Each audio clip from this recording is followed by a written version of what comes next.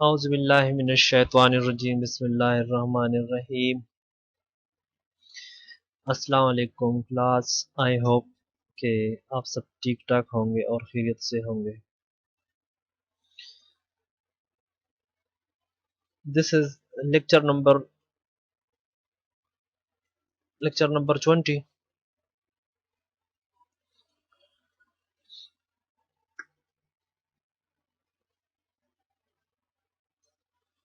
This is lecture number 20 for the course of partial differential equation।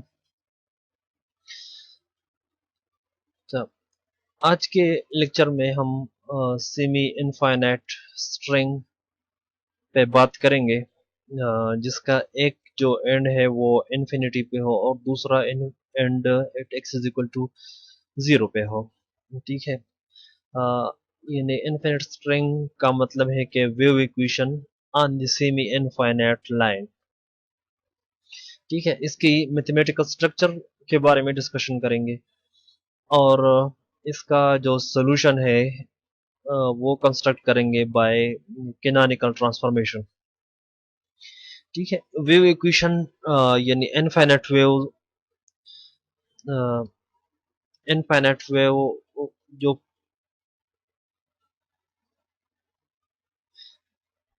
Infinite wave जो problem है, यानी infinite strings में जो wave propagation की जो फिनोमेना है उसकी जो सोल्यूशन टेक्निक थी वो हमने प्रीवियस लेक्चर्स में यानी इनफाइनाइट स्ट्रिंग का सोल्यूशन कंस्ट्रक्ट किया हुआ था।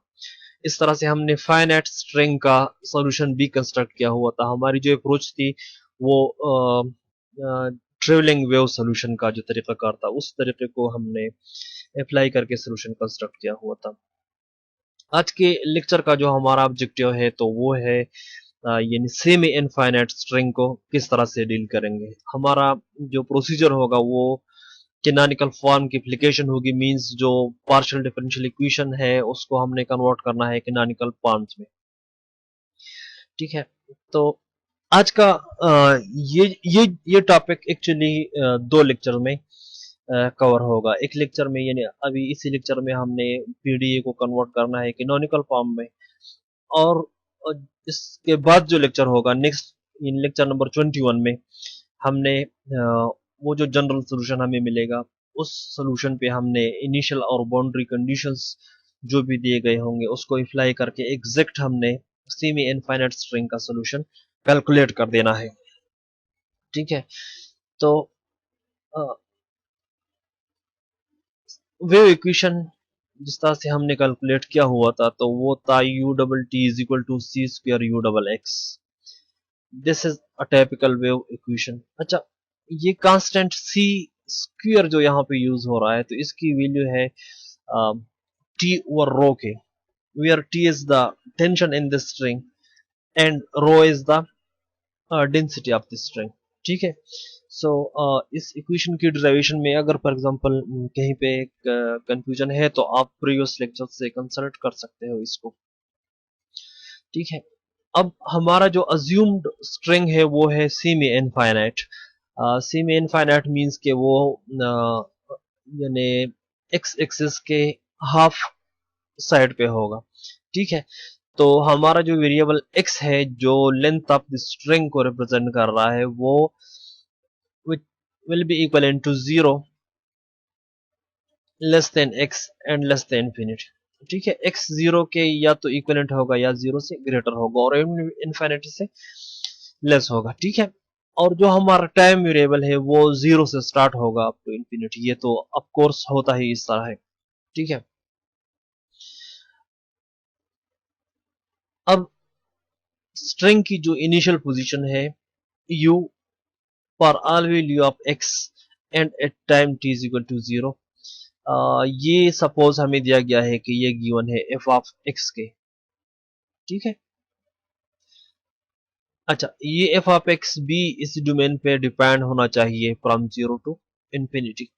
ठीक है, सी में इनफाइनाइट डोमेन पे इसको डिफाइंड होना चाहिए। मींस इस डोमेन पे ये f ऑफ x इनफाइनाइट ना हो जाए कहीं, क्योंकि फिर वो फिजिकल जो फिनोमेना है यानी फिजिकली स्ट्रिंग की हाइट इनफाइनाइट तो नहीं हो सकती। ठीक है। तो इनिशियल डिस्प्लेसमेंट का जो फंक्शन है एफ ऑफ एक्स वो 0 टू इंफिनिटी बाउंडेड होगा, डिफाइंड फंक्शन होगा। ठीक है। Initial velocity means the derivative of the displacement u with respect to time for all value of x and time t is equal to 0 must also be known to us, and it is also a function of x, g of x, and uh, of course the independent variable x will again satisfy this inequality। ठीक है। अच्छा, जो fix and की बात हो रही है, the semi infinite string problem with a fixed end. तो फिक्स्ड एंड का मतलब यह है कि at X is equal to 0 पे जो डिस्प्लेसमेंट है स्ट्रिंग की वो हमेशा 0 ही रहेगी। फॉर एग्जांपल ये लोकेशन है हमारे साथ स्ट्रिंग की, तो अगर ये फिक्स रहेगी तो अगर ये वैल्यू पर ऑल वैल्यूज ऑफ टी अगर 0 हो तो इसका मतलब है कि इस स्ट्रिंग का एक जो सिरा है वो हमने फिक्स करके रखा हुआ है। ठीक है। So this is the basic mathematical formulation for the semi infinite string combined with a fixed and condition. ठीक है। फिक्स्ड एंड की जो कंडीशन है वो है u at 0t is equal to 0, जिसका मकसद है कि u जो डिस्प्लेसमेंट को रिप्रेजेंट कर रहा है उसकी at X is equal to 0 यानी लेफ्ट हैंड साइड पे for all values of the time वो डिस्प्लेसमेंट 0 है। मींस स्ट्रिंग का ये जो सिरा है ये मोशन नहीं कर रहा। This is called the fixed and problem. Okay. Now our approach is to construct the solution of this problem, and our approach is based on we will convert this problem to its equivalent canonical shape, and we will solve this that canonical shape, and we will apply these conditions to construct a complete solution to this problem. Okay, so uh, let's first convert this problem into its equivalent canonical form. So जो हमारा पहला step है वो ये है कि ये जो पार्शियल डिफरेंशियल इक्वेशन हमें दिया गया, हमने सबसे पहले इसका जो पीडीई पार्ट है इसको कन्वर्ट करना है कैनोनिकल इक्वेशंस में। ठीक है। तो सबसे पहले हमने देखना ये है कि क्या ये प्रॉब्लम पैराबोलिक है, हाइपरबोलिक है या एलिप्टिकल है। तो उसके लिए हमें क्या करना है, इस इक्वेशन को कंपेयर करेंगे सेकंड ऑर्डर इक्वेशन के स्टैंडर्ड फॉर्म से। ठीक है। तो जब हम स्टैंडर्ड फॉर्म से इसको कंपेयर करते हैं तो ए की वैल्यू हमें पता हो जाती है कि ए की वैल्यू है 1, the value of B is 0 because there is no term like utx. Okay. The value of c is minus small c square. Um, the value of d is 0. Similarly, the quantity e, f and g are observed to be 0. ठीक है। हमें ये तीन values मिल गए A B और सी। अभी हमने क्या करना है, बी स्क्र माइनस 4ac को देखना है। So B square mean 0 square minus 4 times a times c, c square. ठीक है। तो c की वैल्यू है minus C square, so minus multiplied by minus, this is actually plus 4c square, and c square is the constant of the equation which is constructed from the tension and the density.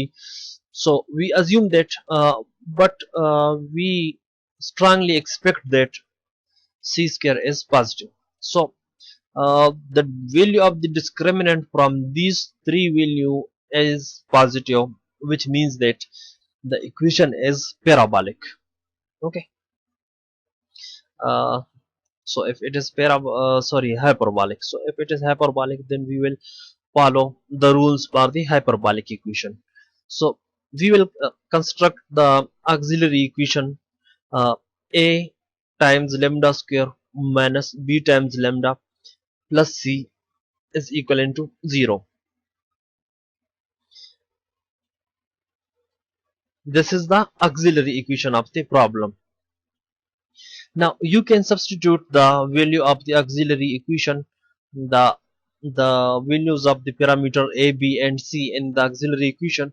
So we see that the value of a is 1, the value of b is 0, and the value of c is small c square, which means that the roots of the auxiliary equation is plus c and minus c. There are two different, distinct, and real roots to the auxiliary equation. So from these two roots we will construct the characteristic equation. The first characteristic equation reads dx by dt is equal to c, and the second characteristic equation reads dx by dt is equal to minus c. Now it is the time to integrate these two equations. By integrating the first equation, we see that dx is equal to c times dt. So integrating this expression, we get integral of dx is equal to integral of c times dt, which can be calculated as x is equal to c times t into c1.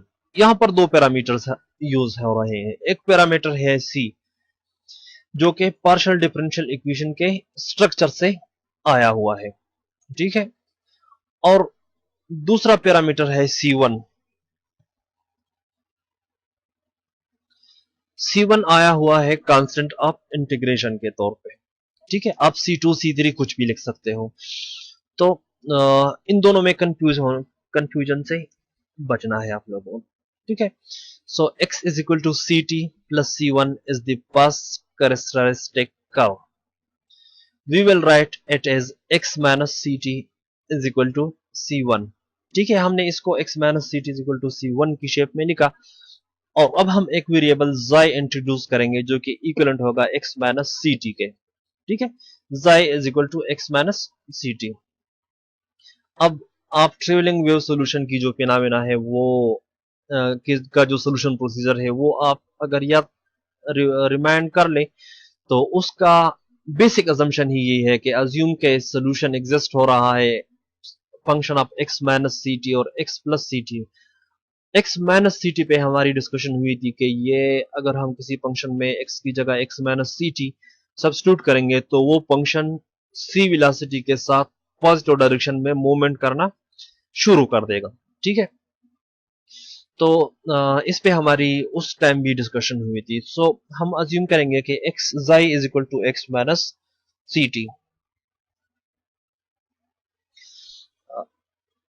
अच्छा, अब कुछ important यानी values xi का with respect to x derivative है 1, ठीक है. आप इस एक्सप्रेशन को with respect to x differentiate कर ले, आपको xi का with respect to x derivative 1 के इक्विवेलेंट आएगा.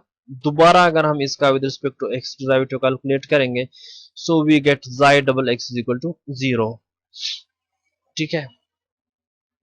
Now the derivative of xi with respect to t is equal to minus c. यहां पर आप with respect to time derivative calculate कर ले, so you will get xi t is equal to minus c. Similarly xi double t is equal to 0 because the derivative of c with respect to constant is 0. c is of course a constant,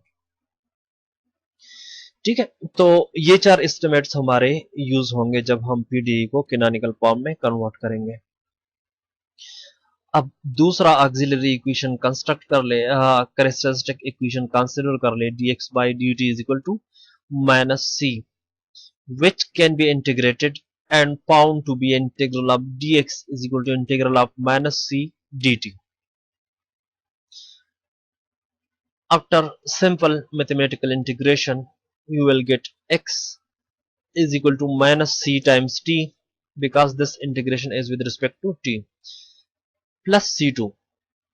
अब यहां पर भी दो parameters है, एक parameter है c small c और दूसरा पैरामीटर है c2. तो कंफ्यूजन से आपने बचना है. स्मॉल c रिप्रेजेंट कर रहा है वेव इक्वेशन के पैरामीटर को, और C2 भी एक कांस्टेंट है जो रिप्रेजेंट कर रहा है कांस्टेंट ऑफ इंटीग्रेशन को। ठीक है, सो इस इक्वेशन को रिफॉर्मुलेट करके हम ये एक्सप्रेस कर सकते हैं कि x plus ct is equivalent to a constant C2. Now according to the rules of the canonical conversion, we will assume that eta is equivalent to x plus ct. ठीक है, अब हमने क्या करना है, ईटा का with respect to X derivative, with respect to X second derivative, with respect to T derivative, इस तरह with respect to T second, ये सारे कैलकुलेट करने हैं। ठीक है, तो ये सारी वैल्यूज मैंने कैलकुलेट कर लिए हैं। Eta X is equal to 1, eta double X is equal to 0, eta T is equal to C and eta double T is equal to 0। ठीक है, अब फोर्थ स्टेप की तरफ जाते हैं, थर्ड स्टेप की तरफ जाते हैं। टी और एक्स को कन्वर्ट कर देते हैं जाय और ईटा में। ठीक है, सबसे पहले यू डबल टी कैलकुलेट कर लेते हैं। तो यू डबल टी हमने कैलकुलेट किया हुआ था प्रीवियस लेक्चर में, इक्वलेंट था u double xi into xi t whole square plus 2 u xi eta, xi t eta t plus u double eta, eta t whole square plus u xi into xi double t plus u eta into eta double t. This is the expression for the u double t. Xi t और eta t, इस तरह xi double t और eta double t की value हमने calculate की हुई है। eta double t is 0, xi double t is of course 0। ये सारी वैल्यूज जब हम सब्स्टिट्यूट करेंगे, the value of xi t is minus c, the value of xi t is minus c, the value of eta t is c, eta t whole square is c, similarly eta double t and xi double t and eta double t is 0. So when we substitute the values of these parameters in the expression of u double t, we get u double t is equal to c square u double zeta minus 2c square u xi eta plus c square u double eta. Now our next step is that we have to calculate the derivative of u with respect to x, the second derivative of u with respect to x.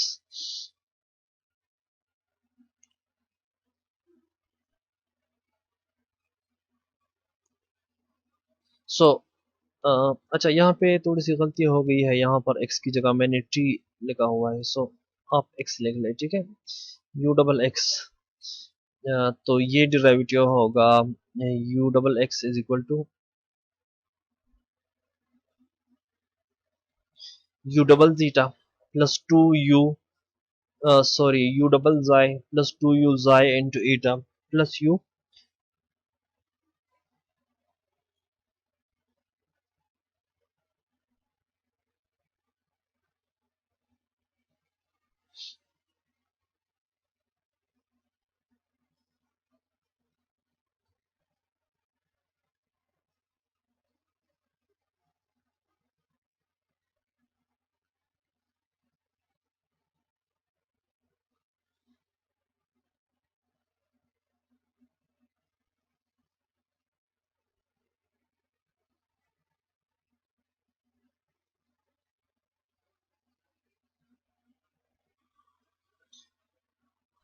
अच्छा, इन दोनों estimates को आप main partial differential equation में substitute कर ले। u double T is equal to C square u double X, तो this is the value of u double t and this is the value of c square u double x. So some of these terms may cancelled out। ठीक है, और हमें सिर्फ एक estimate मिलता है, यानी ये जो टर्म है ये इसके साथ कैंसिल हो जाता है, ये टर्म इसके साथ कैंसिल हो जाता है, ये टर्म दूसरी साइड पे आएगा तो 4c square u xi eta is equal to 0 बनेगा। ठीक है, जिसका ये मतलब है कि u xi into eta is equal to 0, ये हमारे साथ इक्वेशन का कैनोनिकल फॉर्म बन गया। अब इसको हमने सॉल्व करना है through integration. So u of xi into eta is equal to 0। जब हम इसको with respect to xi integrate करते हैं तो लेफ्ट हैंड साइड पे हमें u ईटा मिलेगा और दूसरे साइड पे हमें यानी 0 का इंटीग्रल है तो हमें पाई ऑफ ईटा मिलेगा। ठीक है, क्योंकि ये जो फंक्शन है ये with respect to xi constant consider होता है। ठीक है, यानी अगर आप इसी एक्सप्रेशन को with respect to xi integrate करेंगे तो आपको मिलेगा u xi eta is equal to 0। आपको एग्जैक्टली यही एक्सप्रेशन मिलेगा। ठीक है, सो यहां पर कांस्टेंट ऑफ इंटीग्रेशन हमारा जो बन रहा है वो है पाई ऑफ ईटा। जो कांस्टेंट है वो ईटा पर डिपेंडेंट होगा, ईटा पर dependent, and of course this is an arbitrary function. अब इसी एक्सप्रेशन को आप with respect to eta integrate कर ले तो